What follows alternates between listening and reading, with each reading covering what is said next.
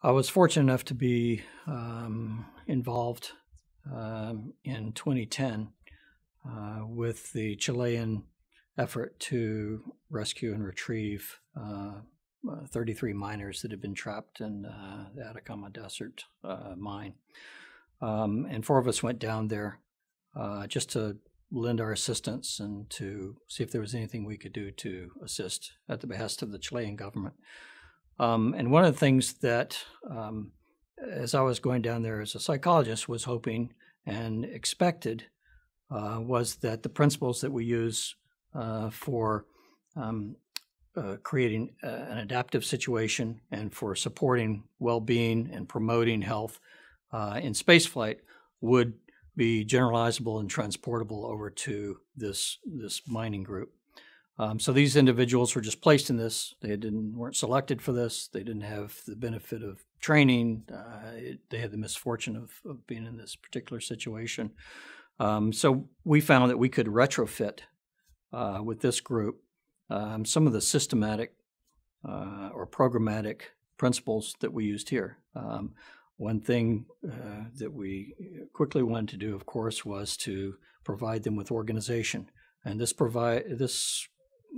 links with deep exploration missions as well, or any trek or any remote extreme environment mission, is that people like to be organized. People need to be organized, and so they need a hierarchy.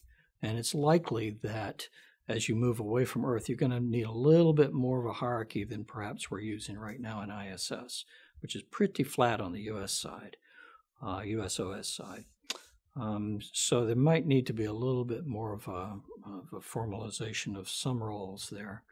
Another thing is that marking time is very important. When you're in a space, a volume, or outer space where there are no references for time, there are no seasonal changes, there's no sun, setting circadian rhythms, maintaining the cycles of the day.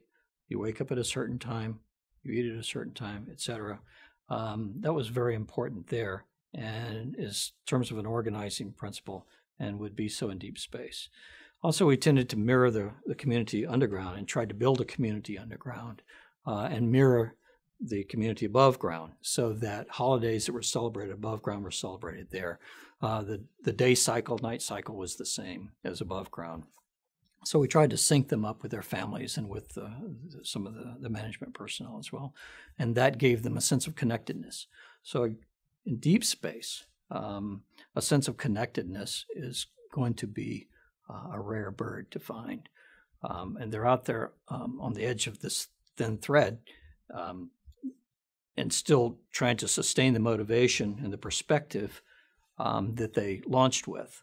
And I think attention to connectedness, how many different ways can we do that? How much redundancy can we put into that are worth the investment in time and energy to explore, whether it's in virtual reality techniques, whether it's in software on board, whether it's in how we do batch communications of video, what we provide to the families, but they'll need that sense of connectedness.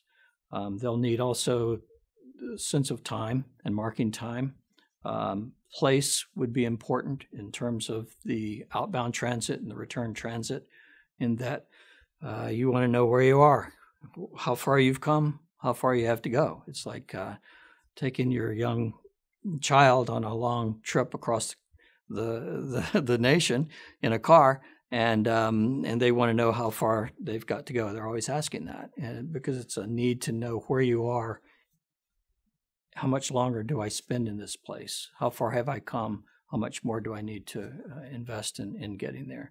So some way for the family and the individuals to visually see how far they've come, how far they have remaining in their overall flight. So there are lots of tricks and techniques that can be used to create that marking of time and that connectedness.